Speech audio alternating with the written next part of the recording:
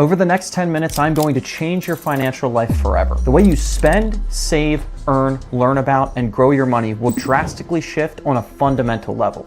This video contains a way to view money that eliminates emotion and will help you break free from the nightmare that debt can create. If you're in a hole, I will get you out of it. If you want to establish good habits, I'll get you on solid ground. If you want to transcend to higher levels of financial freedom, I will make sure you rise. Transparently, I also struggle financially. This isn't one of your run-of-the-mill, let me tour you through my mansion and tell you how poor you are YouTube videos. I want this to be an honest dialogue between people who have money anxiety, and I lead in that category. I have a better relationship with money now more than ever. All that said, why does everyone feel so hopeless in the richest country in the world?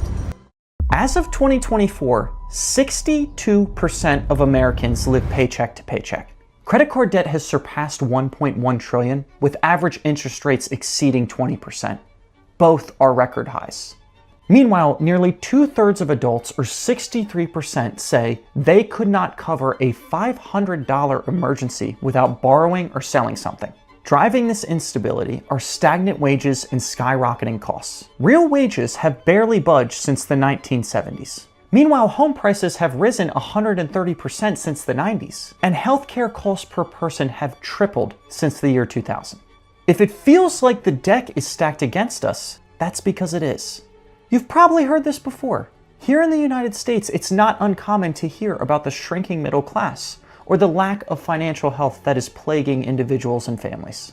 Perhaps like many of you, financial insecurity has been impacting my life since before I even understood the concept of money. Growing up, my family fluctuated from lower class to lower middle class. Some periods were fraught with anxiety.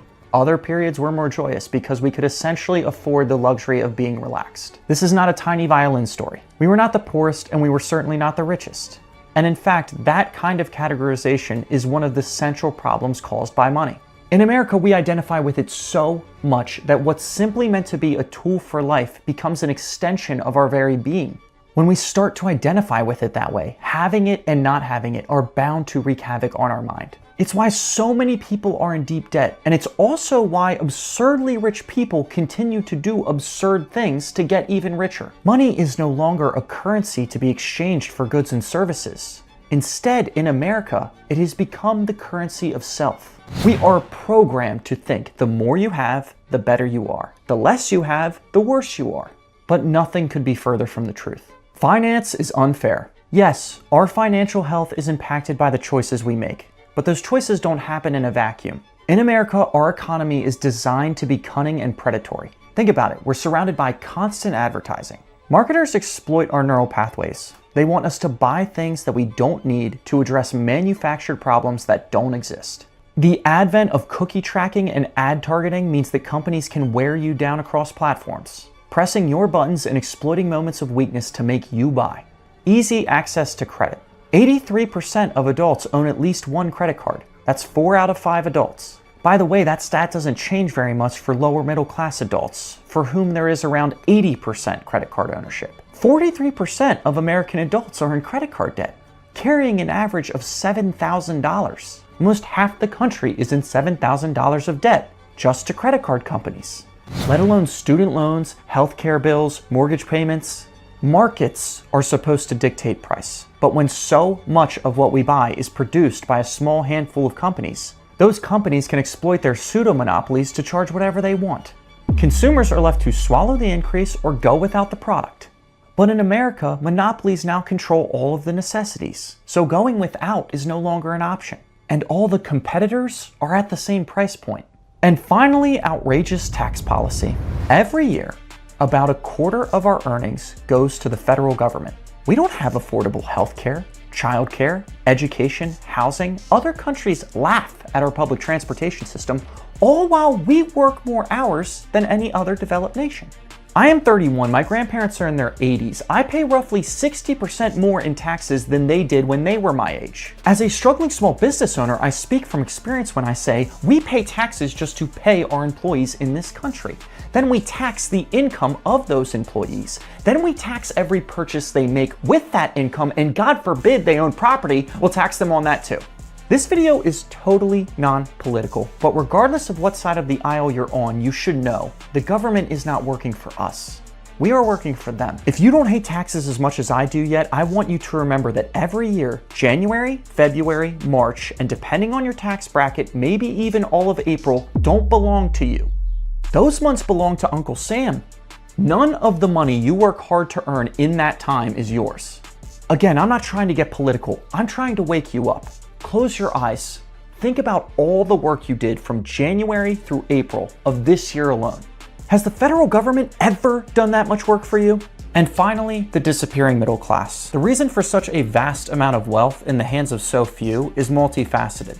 But there is one obvious reason. When you have $1 million, making $5 million is cosmically easier than it is for someone in debt to achieve wealth. When you have $1 billion, the same principle applies, just more so. If being rich makes you richer, then logic dictates that the same principle applies to the inverse. Being poor makes you poorer. The gap widens the gap. And as much as this angers me, we won't change all of it overnight. Sometimes I lose hope that we'll ever change it at all. I don't let those thoughts win, but sometimes they do creep in. That said, where we have to focus our energy is on managing our personal finances, not on resenting the current economic state of the world. So you need to know, all of my clients had to surrender themselves to these 4 truths before improving their personal relationship with money. And it's of my strong opinion that you will have to do the same. 1. Money is important. Saying it isn't is a platitude. It informs a lot of our life's choices. It's ubiquitous. It does, in fact, make the secular world go round. Heavy emphasis on secular. 2. Money is not good or bad. It mirrors our choices. If we make safe, healthy, generous, responsible choices, money will help make those choices more impactful. 3. And perk up your ears because this might be the hardest to accept. Just because money is important doesn't mean we have to stress about it. 4. If money isn't providing real value to you or someone that you care for, then it's providing value to someone or something else. When we accept these 4 truths and adjust our outlook, we can leverage the power of money as a tool. So, how can we do right by ourselves and our loved ones when the economic deck seems so heavily stacked against us? We need to take a good, hard look at our personal monetary ecosystem. The world is not going to become more affordable anytime soon, and most of us have debts that aren't going anywhere, myself included. We need to stand on spiritual ground and get started on the process of balancing the books. One optimistic thing I try to remind my clients of is that personal finance issues are actually more black and white than most of life's other big challenges. Let's embrace that lack of gray area to do the math. If you're spending because of your feelings, you're losing control of your money. Most Americans don't spend money on the things they need. Many of my clients acknowledge they don't even want a lot of the things they buy. And even when we do want them, once we have them, the good feeling that accompanied the acquisition doesn't last. We are spending because of a mechanism that gives us a sense of pleasure. We look for this kind of superficial pleasure because we are stressed, depressed, unthrilled, and unfulfilled. And the feeling of online shopping or swiping the card gives us a little tickle that for a moment takes the pain away. Our grandparents, by the way, were trained to hate having to buy something. Wear hand-me-downs. If it's broken, fix it. Don't buy stuff you don't need. But now, we love to buy crap. Modern purchases in America are designed to feel victorious. Unfortunately, that feeling is fleeting, and the resultant debt is 1,000 times more painful than the pleasure of the initial feeling. When we lack peace of mind, making solid financial decisions is impossible because we can always purchase a hit of relief. It's so easy. Get a good feeling now and make paying for it tomorrow's problem. I survey my clients and I ask them what emotions most often trigger negative or impulsive spending.